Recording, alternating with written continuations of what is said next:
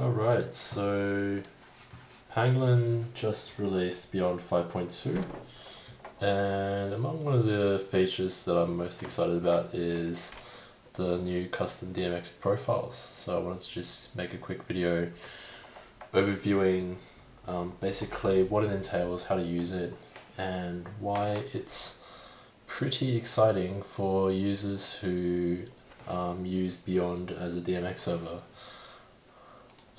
So you're going to access this via the projection zones setting,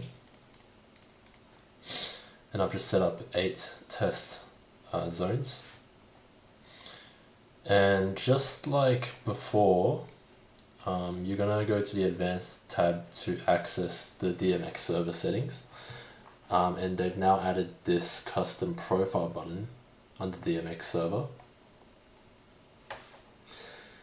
And once you've clicked custom profile, you just hit edit profiles, which will take you to the new DMX profile editor. So I'm just going to start a new profile, and pretty much when you start a new profile, this is what you'll see. On your left hand side is the parameters that you wish to basically import into your new profile, and on the right hand side are your available parameters, and a lot of these you'll be familiar with sort of the native iterations of the Beyond server mode. So you've got stuff like page queue, animation speed, animation mode I'm not sure if it was ever implemented, but you've also got, scan rate, visible points, yada yada. So that's all pretty self-explanatory. There's not really much need to sort of rearrange this in contrast to the already existing implementations, other than pretty much just to lay it out in a more intuitive sense if you ever do need to remember sort of the DMX assignment. So for myself, I like to put brightness and color first, so that's what I did. I guess the most exciting part is that in the previous mid-sized and max-sized DMX assignments, you basically had a bunch of parameters which would basically, one parameter would select one grid from your row of quick effects, and another parameter would be used basically to fade in or out that effect. Now, I believe this is still a thing, so you've got effects 1 through 8, and then effects action 1 through 8 plus speed, but now they've added these new parameters, which you can basically assign as you did with Beyond channels in your effects. So I'm going to go back to my profile, and I'll basically go over how I've sort of laid this out. So on your right hand side, you'll have permanent effect for use with parameters. So I like to think of these as basically the zone effects that you can apply on your zones. So if you go to effect, you can apply zones here, and these effects will basically persist on your zones. The sort of key difference here is that if, let's say, I do apply an effect and I assign it to a channel, if I use this channel across multiple sort of, let's say that I use this effect across multiple projectors, it's going to fade in and out that channel for all of my projectors. So in essence, you would need to assign, let's say if I wanted key effect size to be fading in differently across my projectors, I would have to assign a different channel per zone. Whereas if I'm using this new custom profile, I can assign it all to the same parameter, and based on the sort of DMX channel that's allocated to for your projector, that will actually be controlling your per zone effects. So it's not like it wasn't able to do it before, but it's a lot simpler in its implementation now. And previously things like effects and stuff, some people would, well, I know I myself did, I would trigger it via DMX to Pango script, and now there's less of a need for that because you can have these effects directly built into your DMX profile. So for instance, I've got this brightness effect, and it's by time. It's essentially a strobe effect, and I've got that assigned to parameter 1. So you can see parameter 1 is actually at, it says 18 here, but because the offset begins at 0, it's actually DMX address 19 if you wanted to lay it out as a DMX assignment.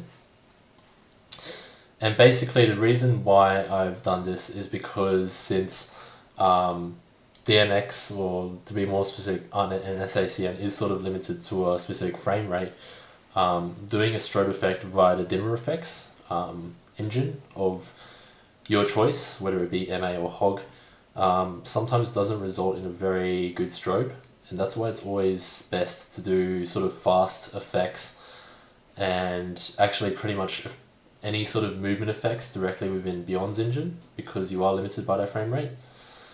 So even though we do have 16-bit parameters, you are still going to see a bit of jerkiness when you're running position effects, unless you're using the physics engine and Beyond, which is again sort of another step that you want to avoid because it can play up with your other sort of inputs unintentionally. So having this as an option now is really good, so that you can sort of apply those effects that did not quite work so well directly into your profile. So once you've built your effect, you'd probably want to save it, and then it's there for good.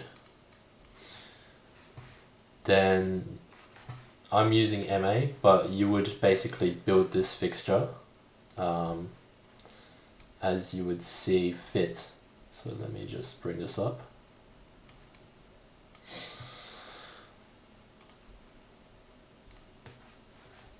So if you go to setup in MA and patch and fixture schedule, what you'll probably want to do first is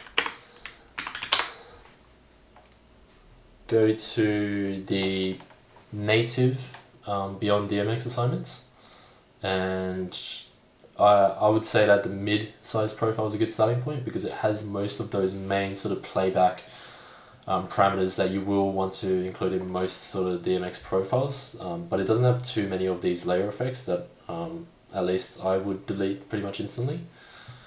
So you would import this into your profile. Just going to start this in 2.1. So now that you've got these, this will not work with your DMX profile, at least not perfectly, because likely you've made some alterations. So you go to fixture types, you find your fixture type, in this case it's Beyond Mid, so you go edit, and now you can see all of the sort of parameters that are built into this profile. So let me just resize this.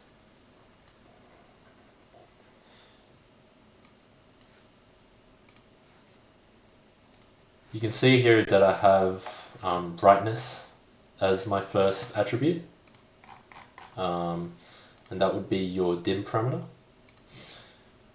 What's important to note is that the DMX assignments will be listed in this coarse, fine and ultra column, and so your coarse assignment is basically the base DMX address for that parameter.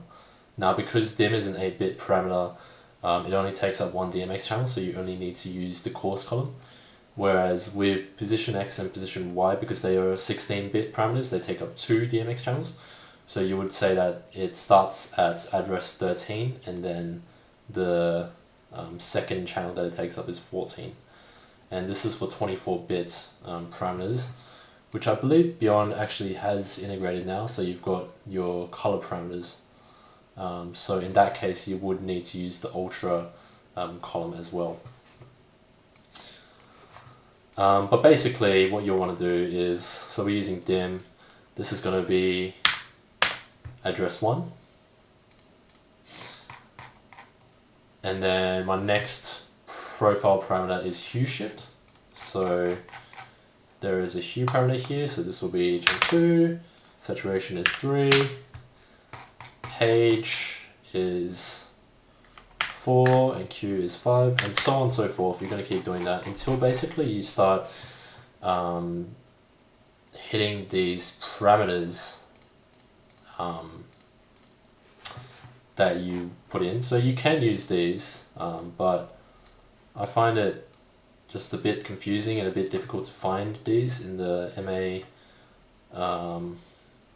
encoders. So I'll just delete these.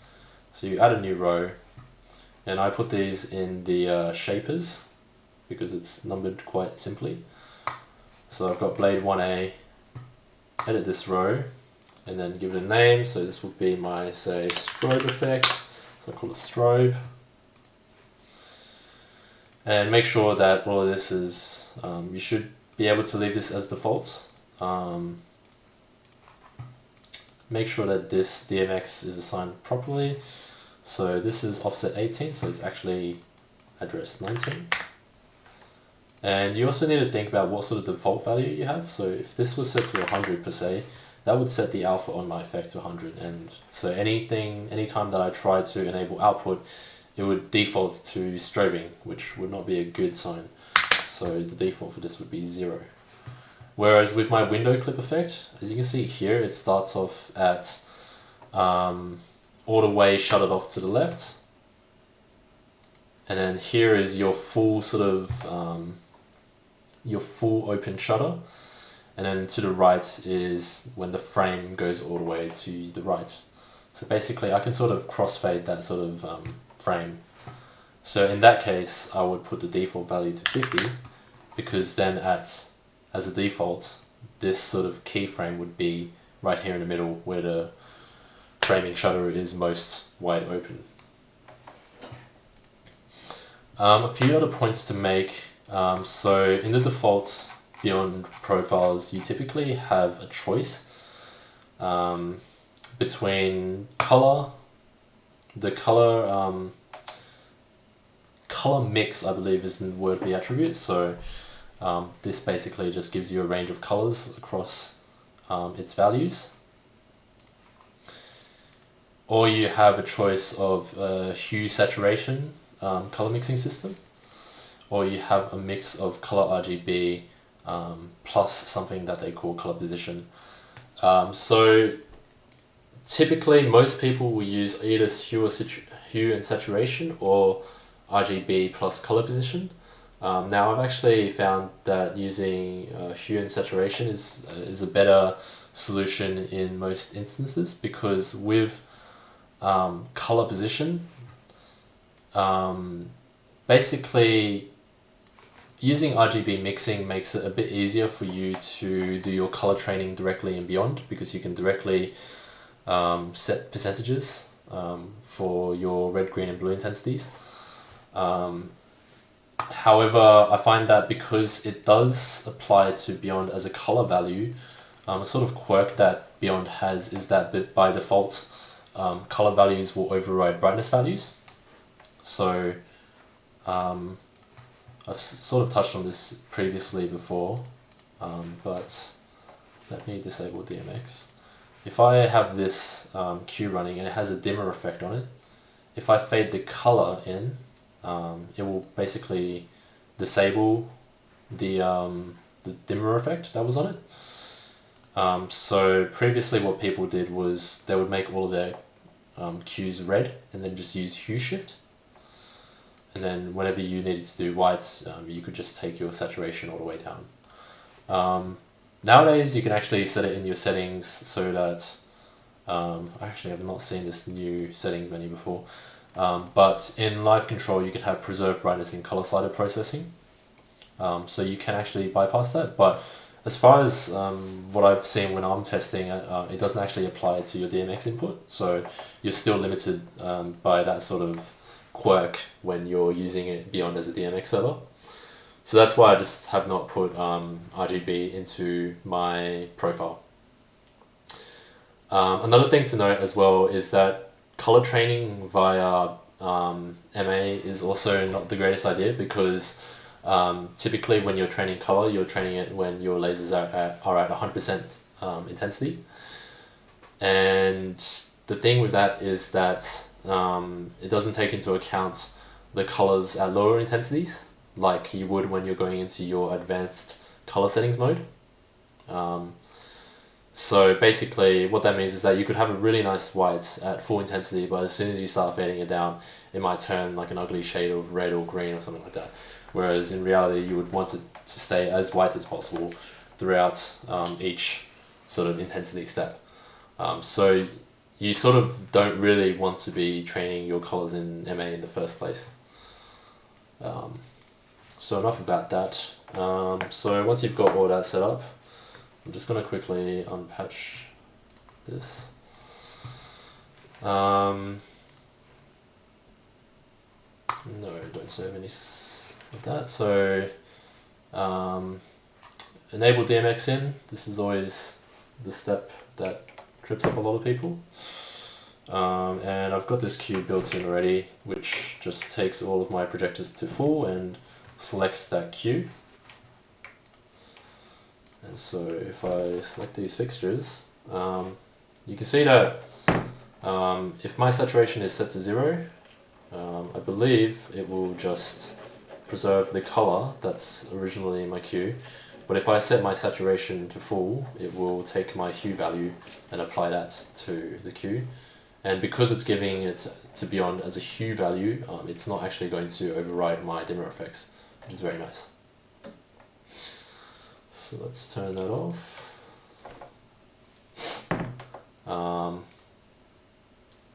So because I put my parameters under the shapers parameter, or attributes to be honest, to be accurate, I can access them here. So here is my strobe effect. You can see as I fade that in, the alpha level of that effect increases.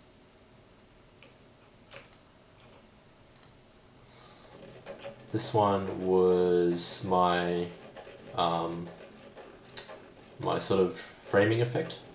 So you can see here that if I take it all the way to 0, I'm not going to see any of my Q. If I take it to 100, it's the same thing. So that's why setting it to a default of 50 is a smart idea, so that you don't end up wondering why you're getting absolutely 0 output from your laser.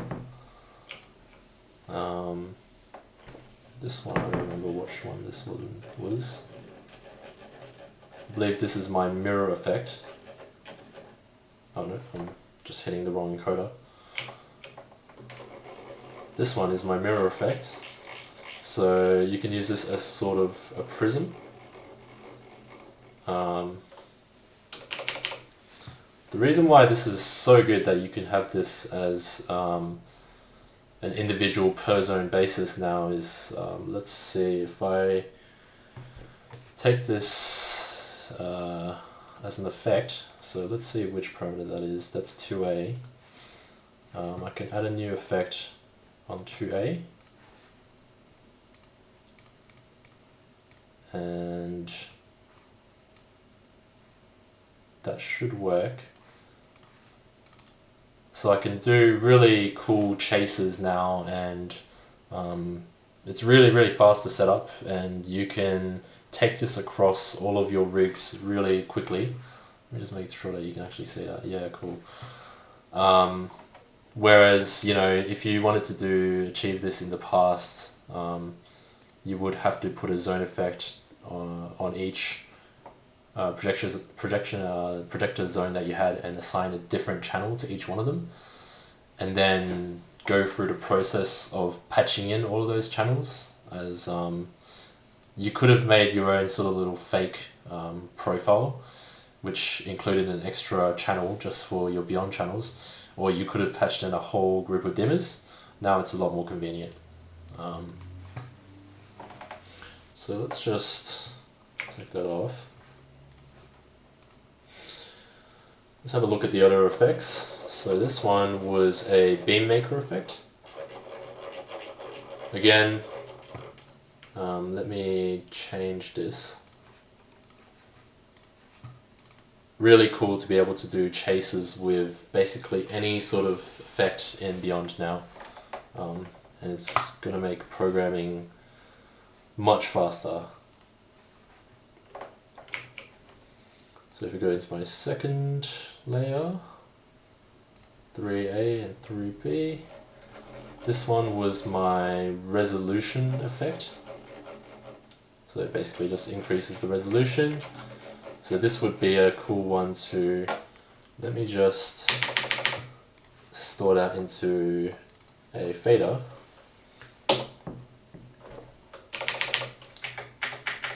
So sort of just flash that in and use it as a bump of some sort. And my last parameter, which one was that? So this one is my anchor effect. So I can just fade in the number of anchors. Or again, I can assign that to an effect. And now I can have an anchor chase, which previously would have been pretty annoying to set up in Beyond. And it's not only the ease at which it is to make these, it's also the ease at which you can just alter your profile. So yeah, this is a really awesome change that Pangolin have made on the software, and I'm really keen to see what people do with this new feature. There'll be a download link for the fixture profile in Beyond and MA if you want to download it and give it a try, but I highly recommend just making your own and seeing what sort of cool stuff that you can come up with, because this really didn't take me much time at all, and I'm sure that if I spend a bit more time I can figure out a lot more cool shit with it.